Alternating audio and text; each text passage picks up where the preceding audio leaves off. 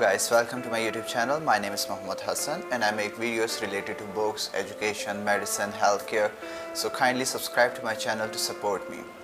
Today we are going to talk about one of my favorite books, The Four Agreements. It's a very small book, so an average reader can complete reading it in about 2 to 3 days, but it's so intensely deep that if you want to understand the core concepts of this book, you need at least 1 week. So I have decided to divide the 4 agreements into 4 videos that I will be releasing one by one so that we can discuss each agreement in complete detail. So let's get started. Do you know how powerful your words are? Let me tell you a story. Once there was a smart woman who had a daughter, whom she loved with all her heart. One day that woman arrived home, wishing only to have some quiet time alone, whereas her daughter was in a happy mood and she started singing. Now, as a result, losing control over herself, the mother shouted at her daughter, "You have a stupid voice, shut up." That's terrible, right? So because of the bond between the mother and the daughter believed what her mother said, and as a result she made an agreement with herself that she has an ugly voice, and as a result she didn't sing for a very long time. Even she encountered difficulty talking to people. This example just shows how words can enslave us. How many times we have told ourselves that we are not good enough for something, and each time we told ourselves any such stupid stuff, we are making an agreement with ourselves and we are following it. The human mind is basically like a fertile ground where seeds are constantly being planted. The seeds are different opinions, different ideas, different concepts.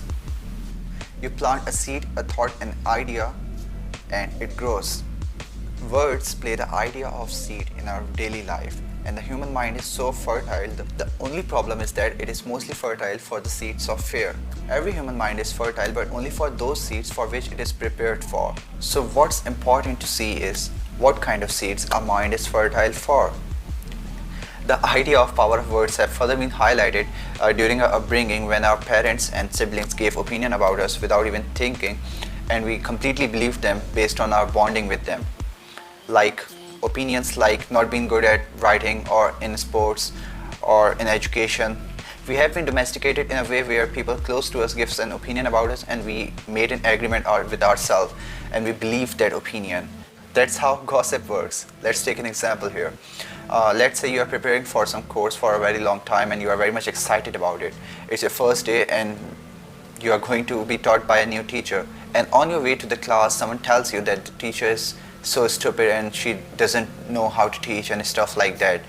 Now because you have been domesticated in a way to believe what other people say about you or about someone else, you are tend to believe that, and as a result you are not going to concentrate in that class. You are not going to listen to that class, or you are not going to listen to that teacher whatever she is saying. So that's how the dynamics of words work. So being impeccable with your words basically means to be perfect in your words, the way you speak to others, and most importantly the way you speak to yourself, because your words are a form of energy and being impeccable with them is the correct use of your energy. It means to basically use your energy in the direction of truth and love for yourself. Most importantly, the biggest sin we commit with our word is to judge. Most of us have been trained to carry an inner judge who is harshly judging everyone and everything, and the most important target of that judgment is ourselves. We are constantly judging and blaming ourselves for even small things. That means we are going against ourselves, and we may not realize it, but we are affecting ourselves psychologically and emotionally. Whenever we judge ourselves, we are heading down towards the path of unhappiness and hell. As the author said in this book, in your whole life, nobody has ever abused you more than you have abused yourself. And the limit of your self-abuse is exactly the limit that you will tolerate from someone else. If someone else abuses you a little more than you abuse yourself, you will probably walk away from that person. But if someone abuses you a little less than you abuse yourself, you will probably stay in the relationship and tolerate it endlessly. So be careful with your words, my friends. That's your inner dialogue. When you talk to yourself carelessly, like most of us do, and if you are doing it in a negative way, then you are heading down the path of unhappiness. So we will end our discussion of the first agreement and the lesson that we learned. And the lesson that we learned from it is, watch out how you speak to yourself.